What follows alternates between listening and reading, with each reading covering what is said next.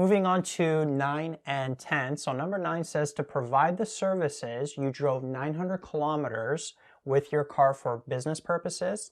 The total expenses on your car were $500 and the total kilometers driven was 1,500. And the expenses were paid in cash. Now, when you're dealing with a car in a business, just in general, what's usually going to happen, especially for small businesses, is that a portion of the car is going to be used for business, and then a portion is going to be for personal use. Or sometimes a car can be solely used for businesses, and then any expenses on the car, those can be fully inputted in the accounting system.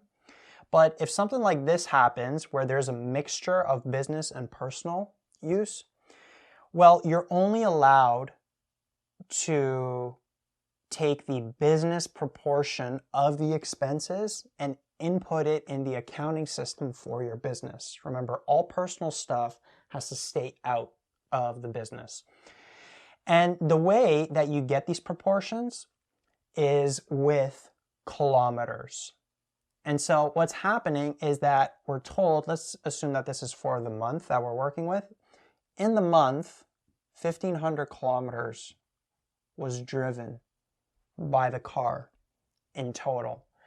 But we're told 900 of those was for business, which means if you subtract these, 600 was for personal use.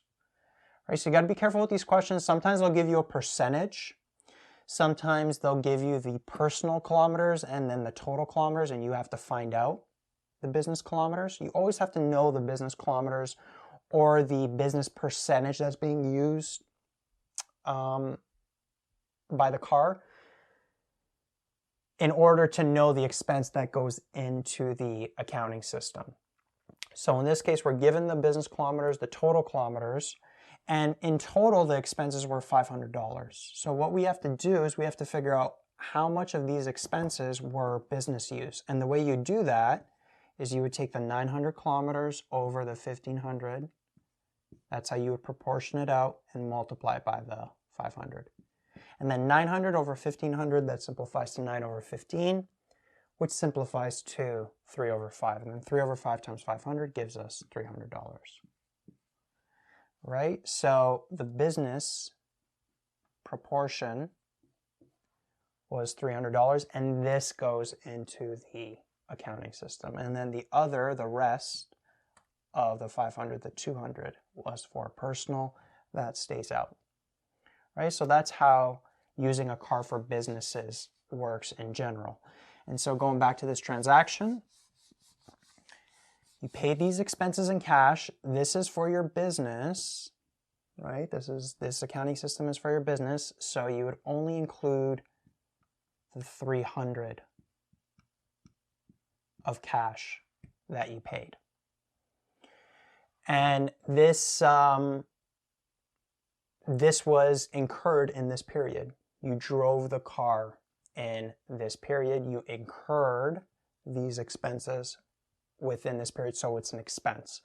So 300 cash, and then we would have 300 over here under expenses. Let's call it a car expense, or perhaps a driving expense. Notice it's minus 300, minus 300, so left side, right side, balance out.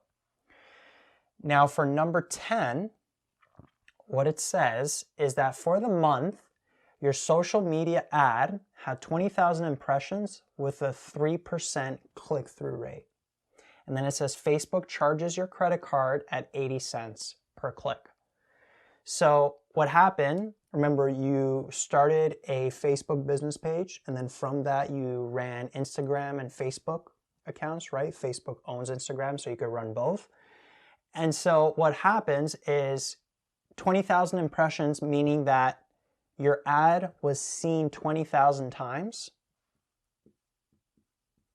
However, only 3% of those times someone clicked the ad. So 20,000 times your ad was shown, 3% clicked it, meaning how many clicks were there. Sorry, this is not going to be in dollars, this is going to be clicks. So 3% of 20,000 would give us 600.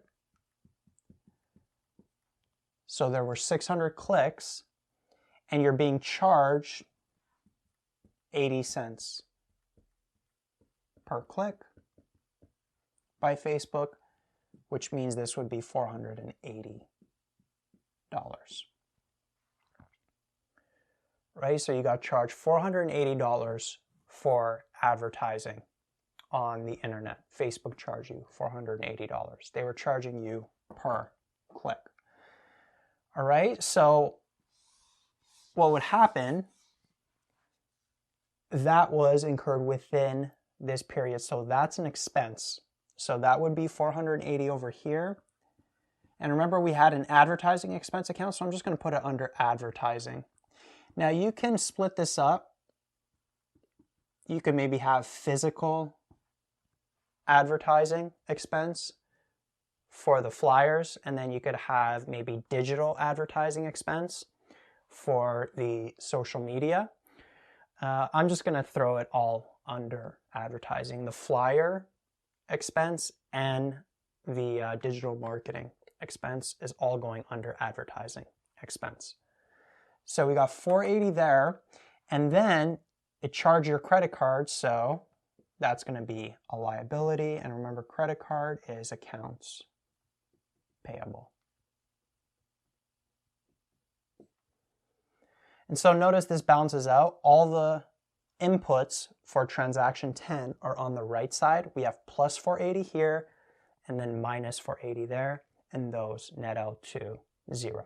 Moving on to 11 and 12. So number 11 states 20% of your supplies are left at the end of the month.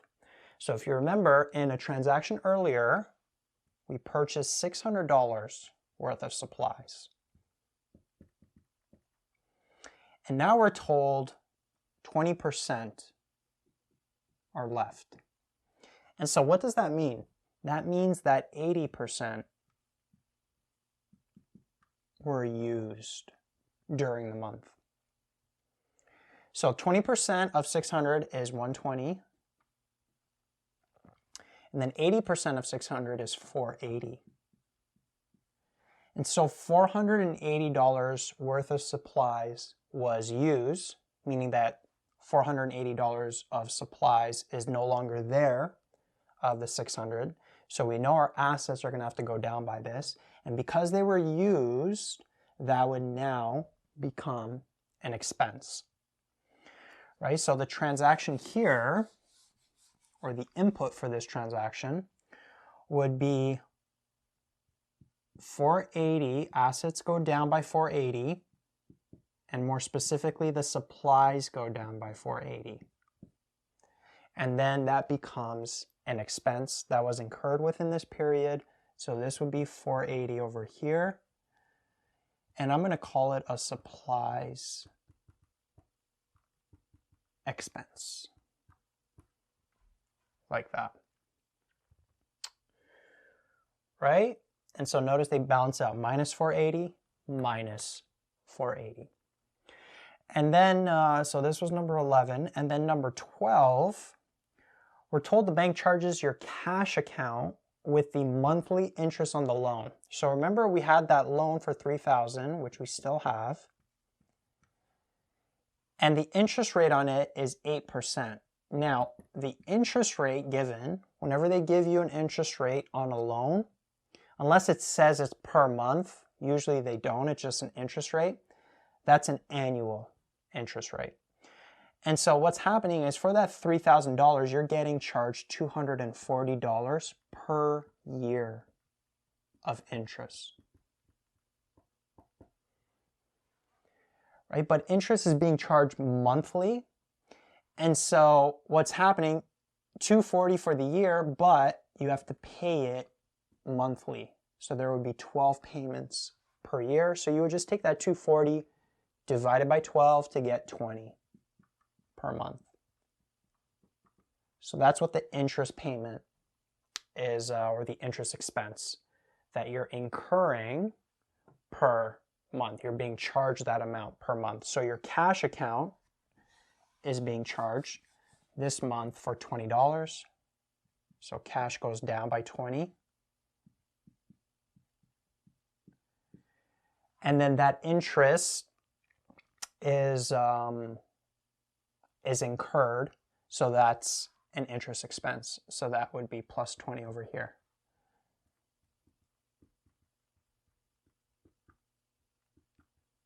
Now, sometimes you won't be paying the interest maybe per month.